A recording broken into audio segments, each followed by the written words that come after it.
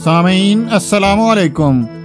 NHK world Japan کی Urdu service سے عبد الرحمن حاضر۔ آج جمعہ اور جنوری کی 14 تاریخ۔ آج کی اہم خبریں سماعت فرمائیے۔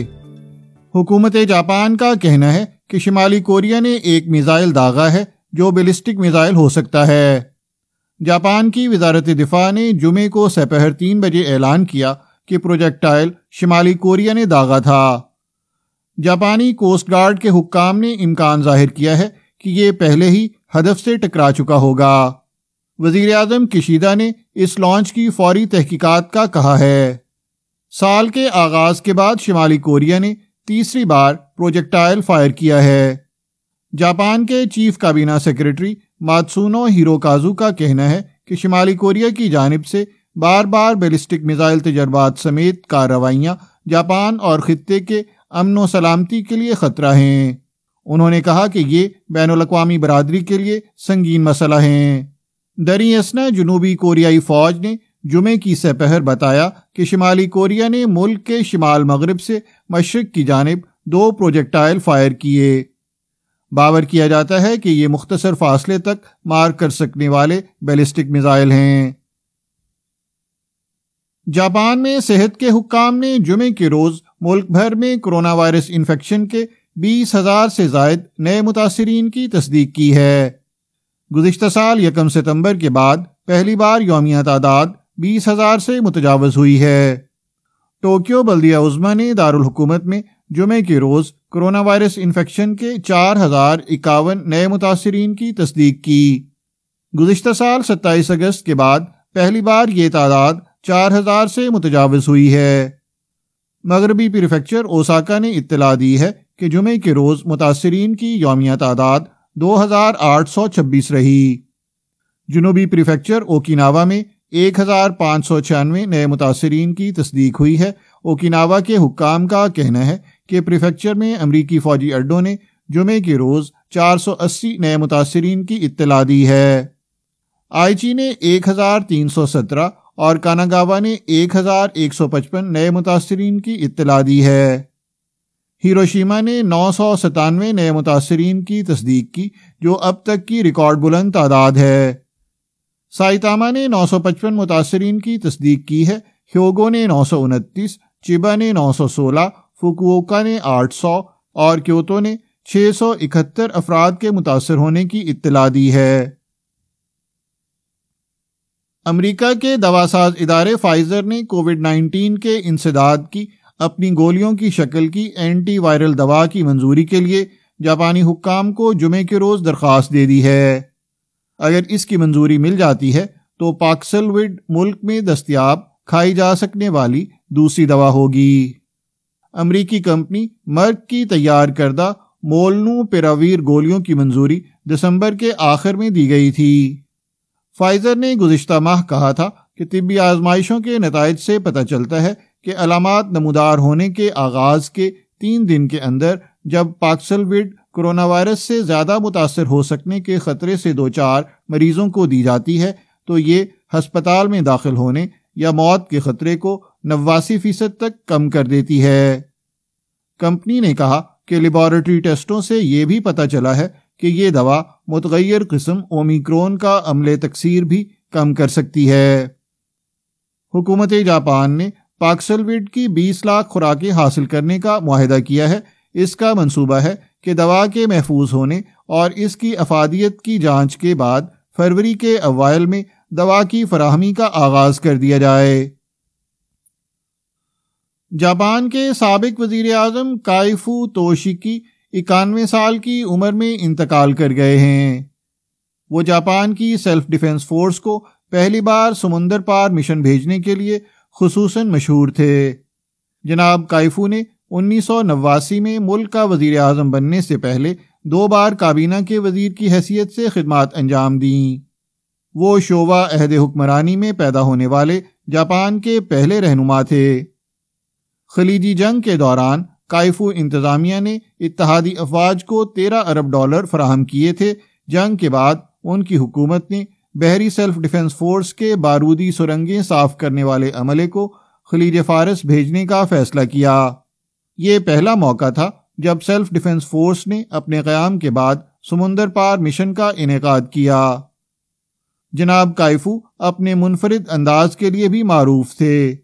وہ اکثر پولکا ڈاٹ کے ڈیزائن والی نیک ٹائی پہنتے۔ انہوں نے اپنے صاف ستھرے امیج کے باعث عوامی حمایت حاصل کی اور 1990 کے انتخابات میں لبرل ڈیموکریٹک پارٹی کی رہنمائی کرتے ہوئے اسے کامیابی دلائی۔ برطانوی حکام کا کہنا ہے کہ وہ بھارت کے ساتھ آزاد تجارتی معاہدے کے لیے بات چیت پیر کے روز شروع کریں گے۔ ان کا کہنا ہے کہ اس معاہدے سے جنوبی ایشیائی ملک کے لیے وسکی، کاروں اور دیگر مصنوعات کی برطانوی برآمدات دگنی ہو سکتی ہیں۔ یورپی یونین سے انخلا کے بعد برطانیہ یورپ سے باہر کے ممالک کے ساتھ مضبوط تجارتی تعلقات استوار کر کے اپنی معیشت کو وسعت دینے کی کوشش کر رہا ہے۔ برطانوی حکام بھارت کے ساتھ مذکورہ معاہدے کو ہند بحر الکاہل پر تجارت کو ایک بار پھر مرکوز کرنے کی اپنی حکمت عملی میں ایک بڑا قدم سمجھتے ہیں۔ برطانیہ نے آسٹریلیا اور نیوزی لینڈ کے ساتھ تجارتی معاہدوں پر دستخط کیے ہیں۔ بحر الکاہل کے آر پار شراکت داری معاہدے یا CPTPP کے 11 رکنی جامع اور جدت پسند معاہدے میں شمولیت کے لیے اس کے مذاکرات جاری ہیں۔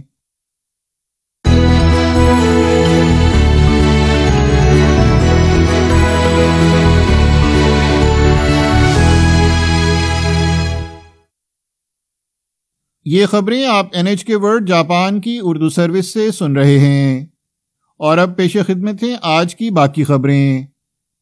جمناسٹک کے مایہ ناز کھلاڑی اوچیمورا کوہے نے کہا ہے کہ نصف عمر سے زائد عرصہ جاپان کی نمائندگی کرنا میرے لیے باعث فخر ہے۔ اولمپک چیمپئن جمناسٹ نے منگل کے روز کھیل سے سبکدوش ہونے کا اعلان کیا تھا۔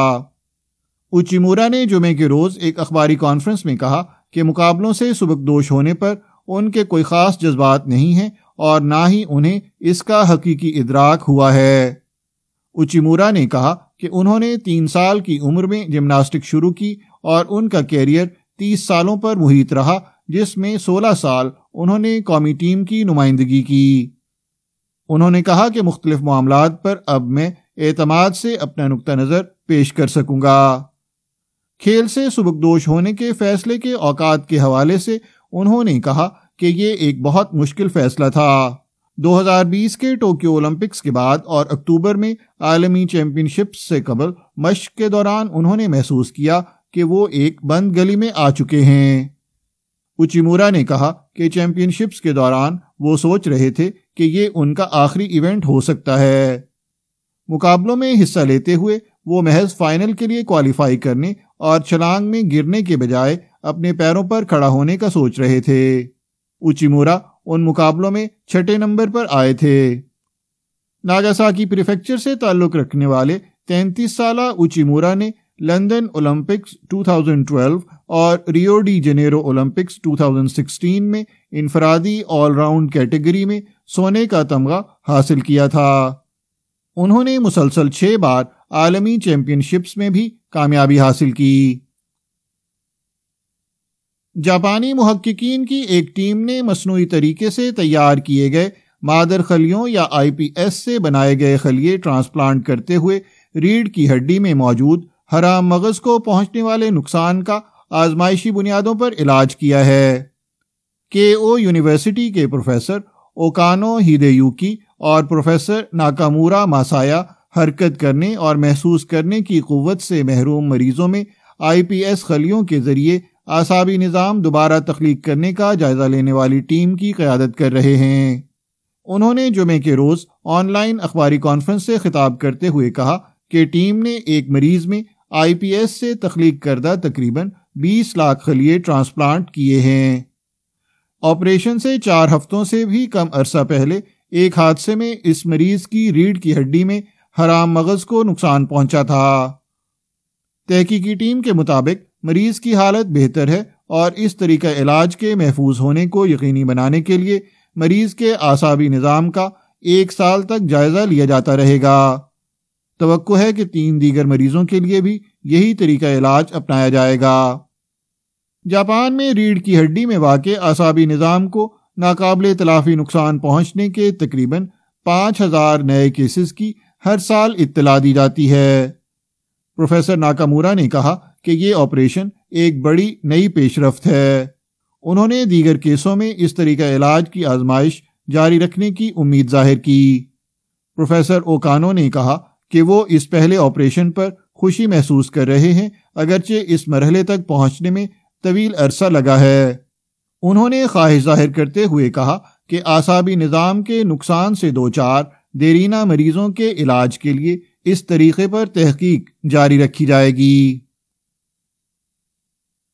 جاپان کے وزیر معیشت، تجارت اور صنعت نے انڈونیشیا سے کوئلے کی برآمدات دوبارہ شروع ہونے کے فیصلے پر اطمینان کا اظہار کیا ہے، لیکن انہوں نے کہا ہے کہ جاپان کو توانائی کے ذرائع کا حصول یقینی بنانے کے لیے اب بھی کام جاری رکھنا ہوگا۔ انڈونیشیا کی جانب سے کوئلے کی مشروط برآمدات دوبارہ شروع کرنے کے جمعرات کے روز اعلان کے بعد جناب ہاگیودا کوئیچی نے اسی روز تھائی لینڈ کے دارالحکومت بینکاک میں اخباری کانفرنس سے خطاب کیا۔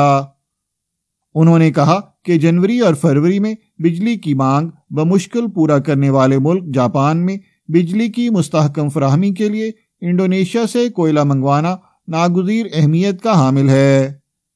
انہوں نے انڈونیشیا کے فیصلے پر اطمینان کا اظہار کیا، تاہم انہوں نے کہا کہ رواں موسم سرما میں توانائی کی ضروریات پوری کرنے کے لیے ہم کسی خوش فہمی کا شکار نہیں ہو سکتے۔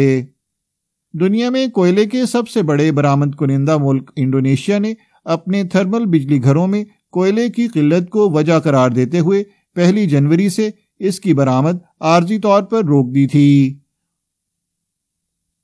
حکومت جاپان نے کچرا کم کرنے اور پلاسٹک کو دوبارہ استعمال میں لانے کی حوصلہ افزائی کے لیے ایک نئے قانون کے تحت پلاسٹک سے بنی 12 اشیاء کے استعمال میں کمی لانے کا فیصلہ کیا ہے۔